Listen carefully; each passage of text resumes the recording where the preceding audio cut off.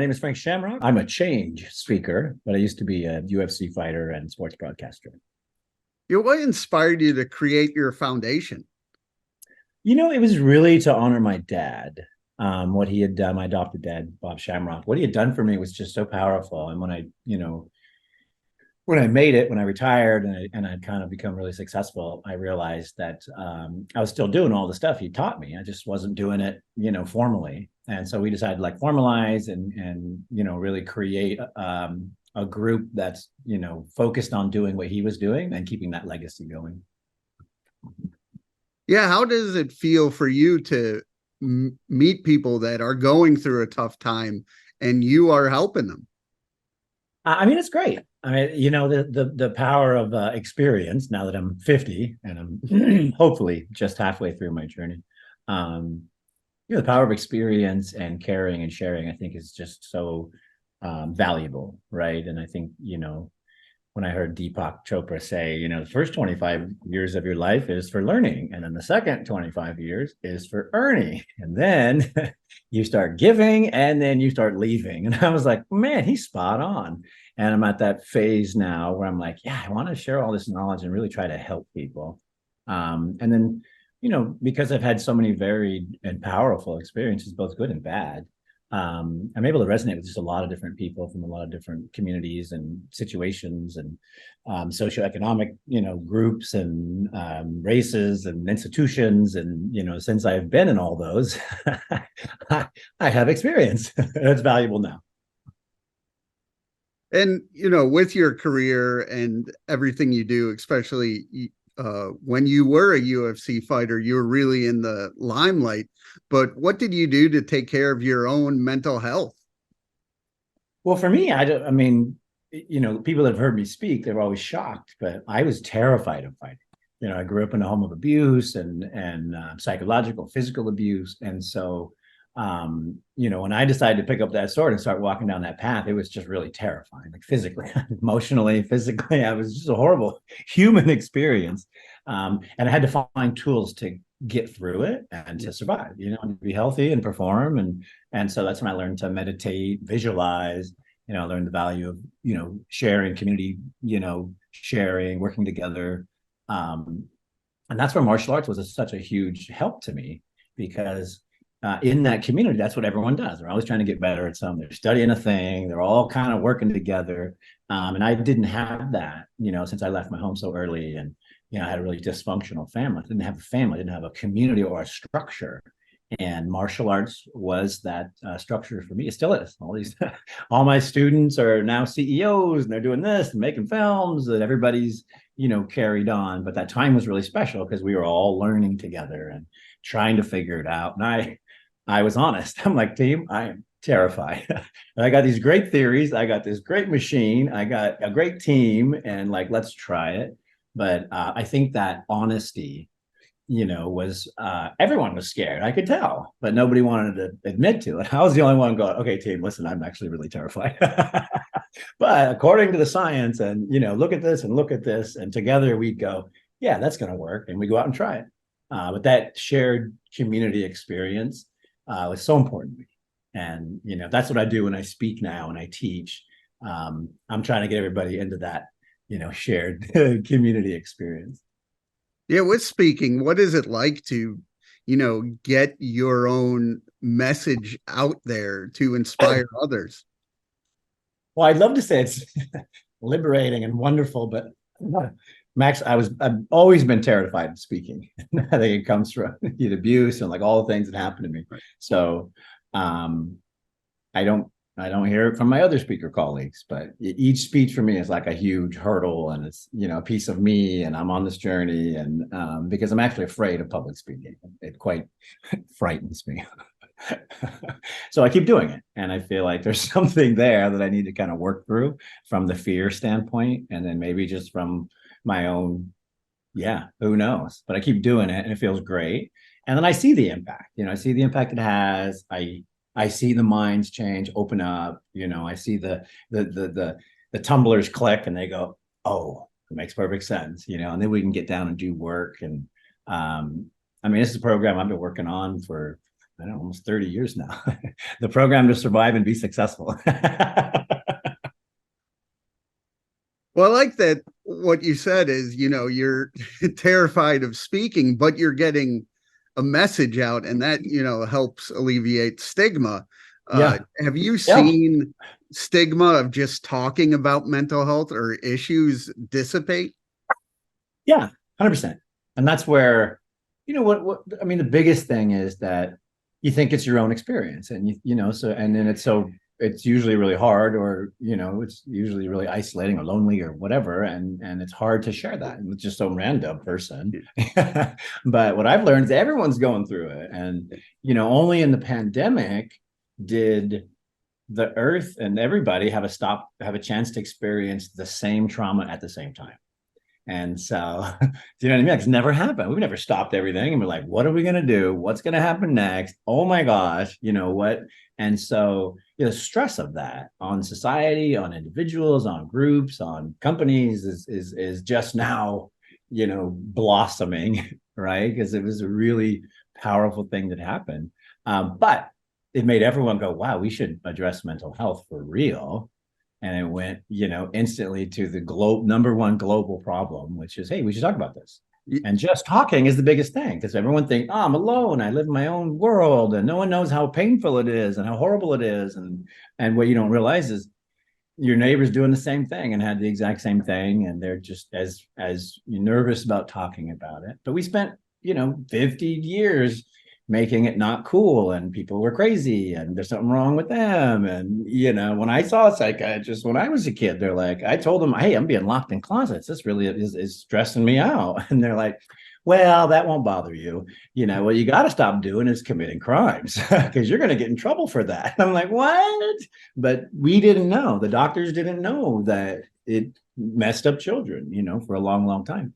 And so all this is now coming to head. And now it's like, we can talk about it. And it's like, will we? And who will take the lead? And making the film was, so courageous for Mauro Ranallo. I've seen his struggle for a decade, yeah. And he's my best bro. I'm like, I watch him really struggle with severe mental illness. And he just keeps going. Like, he's like, oh, well, let's keep going. Let's try this one. And, the joy I get in seeing, him prosper off these crazy programs that I'm writing and studying. And it's like, knowledge I'm acquiring by talking to people, and people share with me. And now we have programs in place for his care and others' care, and we use that model for other people. So, that's where my passion and purpose comes from, I think, because it's my skill. Yeah. Mauro, he's one of the people that came out publicly with bipolar disorder. When I was diagnosed with bipolar disorder 2 in 2019, and he was one of the only people out with that story that helped. But now I'm trying to find, what I'm doing is creating videos so people can see everyone's going through something. Yeah. But how important is it to have role models like Mauro to help even your mission? It's so important. And besides being role models, they're literally, they're brave. We had to sit down with Showtime and be like, listen, this is super important. We want to talk about care and all these different things. And, people aren't normally interested in that stuff, and good job on Showtime for supporting all that. Because at the end of the day, if you watch his film, you'll know how to care for somebody with severe mental illness, because it's the same formula. Whether you got schizophrenia or bipolar or any of these severe mental disorders, you need a group. You got to figure out what's going on. Like, you need a plan. And that's the kind of care we were able to put in the film. Plus, a different, new ideas. We talked about cannabis as a medicine. We talked about meditation, like all these different modules that I'm using in my life to be successful, that we're using, to help Mauro. We were able to put in the film. And that's what I got back when we got our feedback. And we probably got 5,000 one-on-one personal. I'm in the closet right now. I was going to kill myself earlier, and I'm not. Saw the movie. Here's what I'm going to go do. And we'd get those emails up like, Mauro, look, and he'd be like, oh my God, it's working. It's working. And so it was such a powerful experience. And we all kind of went through it together, because nobody else was brave enough to go, Right. Here's me in my underwear getting, going to the mental hospital. But then seeing him come back from that, it's been so freeing for a lot of people, because in fact, one of our biggest donors is like, he always says, this guy is way more successful and way more messed up than me, and he just keeps going. He's like, I got no excuse, zero excuses for not trying my best, doing my best, and like plugging along. And so in that way, he's become, a real leader in that space. And Yeah. I'm so proud of him, because it was always like, I want to do it. And then he never would. I want to do it. And be like, Morrow, you keep saying you're going to do it. And when he finally did, it just, it unlocked so much for him, because he was finally able to, share his story and like get that weight off. Nobody knew, they knew he was different. They knew he was, had health concerns from time to time. But, we spent a decade, getting around the truth, because I didn't truly know how sick he was. I didn't really get it. We didn't have enough information. And now we do. And he's crushing it, as many people are, since we did the film. Yeah. And hearing the feedback from people, how did that make you feel? It was wild, because I didn't, Mars my friend. I live it every day. To me, a little bit weird and wild and somewhat crazy is normal. So I'm like, we're all just, cruising along. But then, when people started coming in and just saying, no, I'm in college, I'm 21 years old. And like, I think I'm having a psychotic break. And like, it's just so real and so powerful, because it was, it was in real time. And then they were coming in, 5, 10 a day. So we just be like, boom, and be like, oh. And then some people, we reached out to everybody and reply, but some people we'd be like, let's go in. Like, what can we do? Let's connect things, and, let's get on the phone. And I'm talking to hundreds of parents and, just people that were just deeply affected by it. But that's what I realized. We can talk all day, but you get a medium like film, you get mediums like social media and, social content and even influencers and celebrities, and, the ability to compound those things and send messages out. That's where, our charity's putting our kind of vibe in the future, because we can do all these programs, we can help communities, especially our own, but to scale it and to really get out there, the film was massive. Our social campaigns are really strong. And the feedback from them is, telling us we're on the right track. Yeah. Where do you want to see the foundation in the next 3 to 5 years? Well, I want to formalize it more, because really it still is a family kind of run vibe. My daughter's like the treasurer, like it's silly, but so we're slowly maturing it. My long-term goal is the Boys Ranch. I want to reopen the Boys Ranch, the Shamrock Boys Ranch, the one I went through when I was 12, and really had that moment in my life where I needed a mentor and a father and a family, and that ranch was there. But it was the structure of the ranch. I was learning how to be a man, learning the mechanics of society. I didn't know. I grew up on the streets. I grew up in trouble, and I didn't get all those lessons. And so, to have a man and a community be like, yep, this is how we do it. And away we go. And to teach fitness and mindset and spirituality. That's what we learn there in this family setting. And my end game and goal for the charity is to reopen that, so we can have that experience again. It was so powerful. And as young men, we don't have a way to become men. How do we become men? Like, you go cage fight, doesn't turn you into man. It just turns you all broken up and ugly. Like, there's no way to become a man anymore.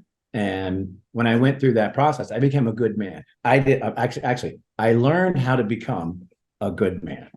I did everything wrong and I became a bad man. But I knew once I was like, oh, this is wrong, I knew what to do, because what Bob had taught us. And he taught thousands of boys, and that has, multiplied. And I'd like my next phase before I start leaving, to be able to recreate that and have that same type of impact. How does your, physical health help your own mental health? It's everything. I mean, it's mind, body, spirit, dude, every day. And I think all my friends are my age now, so they've either become successful or all broken up and have nothing. And then even the successful ones, they didn't care for their bodies, so now they're successful with money, but they're not healthy. So we're all in the same. Everyone's crooked and broken. It's like, I learned, just partly because I was so afraid. Like I have to care for my mind because when this thing goes, I'm done. I can't get punched in the head because this is my supercomputer. So I Right. really took these things seriously and I really learned about it. My coach said, "Don't worry about it. It doesn't hurt." And I go, "All right, sir. Well, if I could explain the science to you about the brain, like it makes no sense. It doesn't hurt. Like where does the impact go? What?" And Yeah. so, a lot of the stuff I had to, be like, "Wait a minute, that doesn't make sense," and find the knowledge myself and then experiment. But it's so powerful. Everybody should do martial arts. That's what I really truly believe. Like at the end of the day, my goal is to get everyone involved in doing martial arts. And I think that's the one difference between the ranch I want to open, in the next 3 to 5, and the ranch that we had that I grew up in. Bob didn't know about martial arts. He knew about bodybuilding and fitness. And so the good thing, he sent us to go do those things. And we did them and we all excelled. But the layer of martial arts of combining the mind, body, spirit in one activity, and then doing that activity with another human being along the good path, that's what keeps you healthy in every way, and everything. But my program is simple. Every day I wake up, there's only 3 things I worry about: mind, body, and spirit. Take care of those first. And then those usually lead to the activities I need to be doing throughout the day.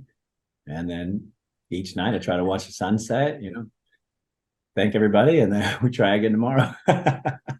But most people don't do any attention to their mind and don't do any attention to their body, or some attention, or maybe that's just not good attention. And then most of us are just kicking our spirit around and not worrying about it either. And then we're all encouraging dis-ease to arrive and hang out with us. And that's what you do when you're not focusing on it every day. And it takes minutes, but we don't have a system. There's no one's going around going, "Hey team, this is a great idea," because it's, but if you look at the numbers, if you look at everything, you got to work out a little bit. You got to socialize. You got to eat halfway good. You got to not do bad things. And if you just do those, you'll live a long time. Like that's it. It's so easy. I know it is. As you say, it is just the little things. You always think, It's too all the busy for simplest this, goofy I'm too busy stuff. for Yeah. that. And we run around and break Yeah. things, twist things. And it's like, oh, wait a minute. That's right. I guess we could just focus on the most important things. So how can people reach out and learn more? Well, you can always reach me on my website, frankshamrock.com. And then I would say I am at Frank Shamrock on all social media platforms, but I recently got hacked. So now Oh no. I'm just hacked at Frank Shamrock. I'm nowhere. Yeah. But no, through the website, if anyone wants to contact me. And then, here's where the community can be helpful. So a program that I wrote years ago and launched in Fresno, California is, we called it B2B, Battered to Brave. And it was a battered women's program. We partnered with a local nonprofit that helped battered women get back, and get strong again. Partnered with the local gym. They donated the gym. Partnered with the police department. They donated their trainers and the chief and a bunch of other stuff. We had a community of them. And I talked to all the girls beforehand. I say, "Hey, what's going on?" "Oh, I get hit. I get knocked down. I can't get up. I got this is going on." So just like I did with the police, I got all the data. I wrote them a program. I said, "Hey, here's this is the program. We do this for this social need." And then we brought everyone together and did the program in a fitness-oriented community event. And the takeaway was these women who were afraid to talk to the police, who come from a culture and a society where, no, we don't talk about that, be it ethnic or be it, financial or whatever. They bridged that gap. And the women were like, everyone was connected. But the most powerful thing was, I've written programs for everybody. My mind works in a mechanical format for, protecting and finishing things. And this one little Hispanic woman said, "Mr. Shamrock, can I ask a question?" "Yay, ask a question." And she said, "Well, do these techniques work when you're pregnant?" And I said, "Well, technically, biomechanically, they would. Everything's the same, except for you got this little thing right there, which actually you need to be protecting and not doing any contact activities. That would, while it would work, that wouldn't be good." And she goes, "Okay, thank you. And I go, oh, brain, well, do you mind if I ask why? And she says, yes, my husband beats me and I lost the last baby. I don't want to lose this. And she goes, so I want to know what to do. And I go, oh, dang it, it's so real. That's what's going on. So we're launching this new program next year, the exact same one, and we're trying to get to into as many communities as possible. Our charity finances it. We come in, we pull everyone together. I got the program because unless those women are experiencing different challenges in the past couple of quarters, we get pretty much what's going on. And then we want to add another educational element to it, which is child abduction and awareness.